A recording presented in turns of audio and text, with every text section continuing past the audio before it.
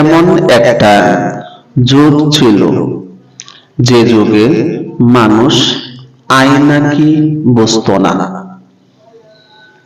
তো সেই সময়ে একটি ঘটনা, বাচ্চাটির বাবা মরে গেল। মরে যাওয়ার পরে মাকে বলল, মা, আমার বাবা কেমন দেখতে? যখন মার কাছে সে সন্তান বারবার প্রশ্ন করত, তখন এক পর্যায়ে মা বলল, বাবা, তোমার বাবা তোমার মতোই চেহারা ছিল।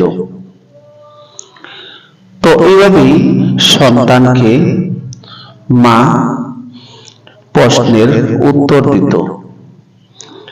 এভাবে দিন যাইতো, মাস যাইতো, বছরের পর বছর যাইতো, ছেলেটি বড় হইল।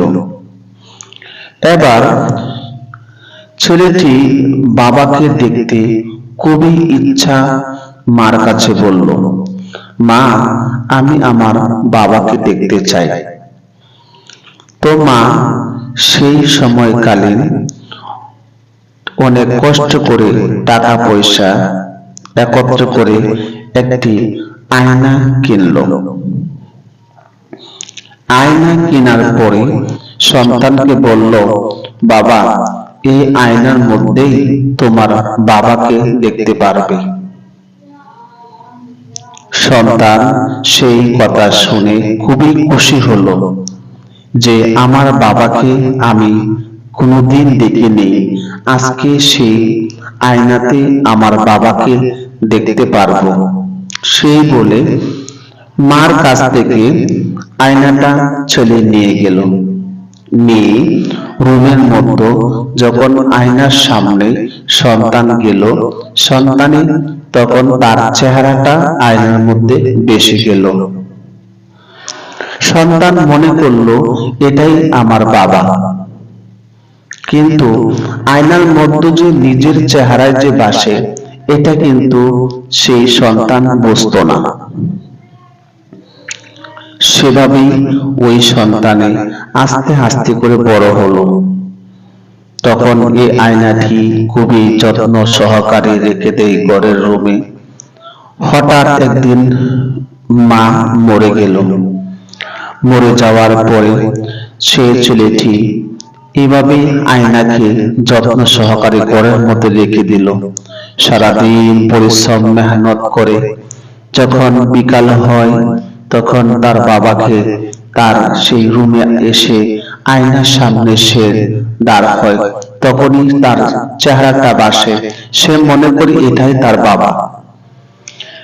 যখন সে আয়নার সামনে হাসে, তখন আয়নার মধ্যে তার চেহারা হাসতেছে, সে মনে করে তার বাবা তার সাথে হাসতেছে। কেন হয় এরকম? সেই যুগে এরকম সে বুঝতো না যে আয়নার মধ্যেই তার চেহারা ভাসছে।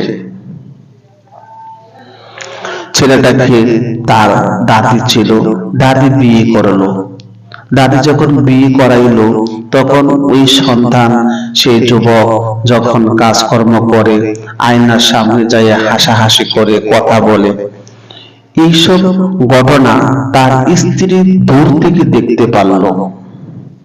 ব্যাপারটা কি?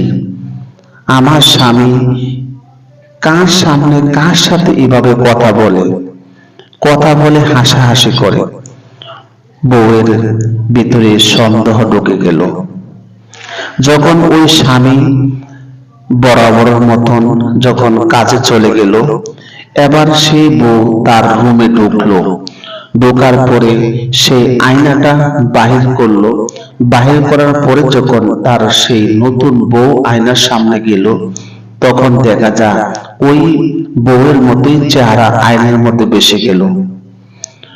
এবার বউ বলতেছে, সর্বনাশ করছে, আমার স্বামী বুঝি অন্য একজন মেয়েকে পছন্দ করে।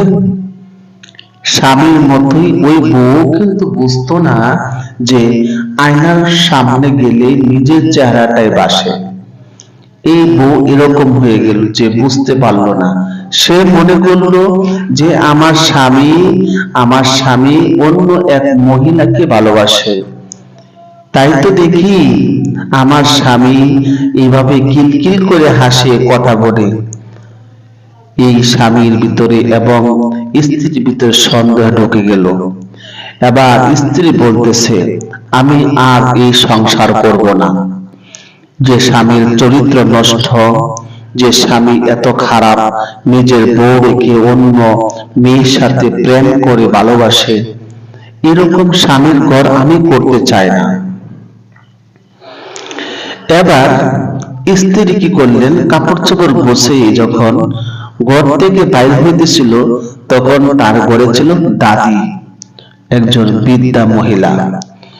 তখন সে বুড়ি বলল, কি ব্যাপার, তুমি এভাবে কাপড় চোপড় নিয়ে তুমি কোথায় যাচ্ছ? তখন সেই যুবকের বউ বলল, কি করব নাকি, আপনার নাতি তো অনেক খারাপ, চরিত্র খারাপ। কি করেছে আমার নাতি যে আপনার নাতি অন্য মেয়ের সাথে সম্পর্ক আছে? তুমি এগুলো কি কও? হ্যাঁ, আপনি যদি বিশ্বাস না করেন তো যাইয়ে রুমে গিয়ে দেখে আসেন, আমার মতন তার একটা বউ রয়েছে। সে দাদিও কিন্তু বুঝতো না যে আয়নার সামনে গেলে নিজের চেহারায় যে আয়নার সামনে বসে। দাদি যখন সেই রুমের মধ্যে প্রবেশ করলো, প্রবেশ করার সঙ্গে সঙ্গে যখন আয়নার সামনে দাঁড় হইল, দাদির চেহারা তো আয়নার সামনে বসে গেল।